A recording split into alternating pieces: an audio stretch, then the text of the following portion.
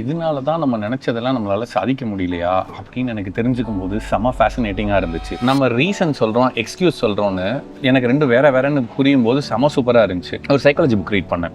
Reason அப்படிங்கிறது ஒரு விஷயம் உங்களுக்கு உண்மையிலே பண்ணணும், ஆனால் எப்படி பண்ணணும்னு தெரியல. இப்போ ஃபார் எக்ஸாம்பிள் எனக்கு ஒரு புக் எழுதணும், ஆனால் அந்த எப்படி புக் எழுதணும், எங்கே ஆரம்பிக்கணும், எங்கே பப்ளிஷ் பண்ணணும் எனக்கு எதுவுமே தெரியல. பட் இது என்ன பண்ணணும், எது பண்ணணும் எல்லாமே எனக்கு தெரியும், ஆனால் சும்மா டைம் இல்லை, எனக்கு வேற ஒர்க் இருக்கு, நம்ம சும்மா ஒரு சாக்கு சொல்லிட்டு இருக்கோம்ல, அதுக்கு பேர் எக்ஸ்கியூஸ். இந்த எக்ஸ்கியூஸ் தான் நம்மளை வளர விடாம தடுக்குதுன்னு தெரிஞ்சுக்கும் போது எனக்கு எப்படி இருந்துச்சு தெரியுமா? மணி ஏர்னிங் பத்தி பேசின வீடியோலயும் அதுதான். உங்களுக்கு அதை ஸ்பெண்ட் பண்ணணும்னு உங்களுக்கு நல்லா தெரியும். நம்ம நினைச்சுக்கிட்டு இருக்கோமா மணி ஏர்ன் பண்ணி கொடுக்கறது மட்டும்தான் ஃபேமிலியில நம்மளோட கடமை அப்படின்னு?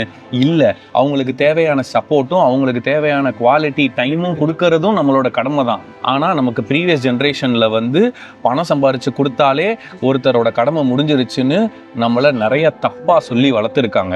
நமக்கு அமைஞ்ச ஒரு பெரிய சாபம் என்ன தெரியுமா? போன ஜென்ரேஷன் ஐடியாலஜியும் இந்த ஜென்ரேஷனோட டெக்னாலஜியும் வச்சுக்கிட்டு வாழ்றோம். நெக்ஸ்ட் டைம் ஒரு விஷயம் பண்ண முடியாம போகும்போது அது ரீசனா எக்ஸ்கியூஸான்னு முதல்ல ஃபைண்ட் அவுட் பண்ணுங்க. தயவு செஞ்சு நமக்கு நாமே முதல்ல உண்மையா இருப்போம். நம்ம இதை ஒத்துக்கலைன்னா இந்த பேட்டர்னை நம்மளால பிரேக்கே பண்ண முடியாது.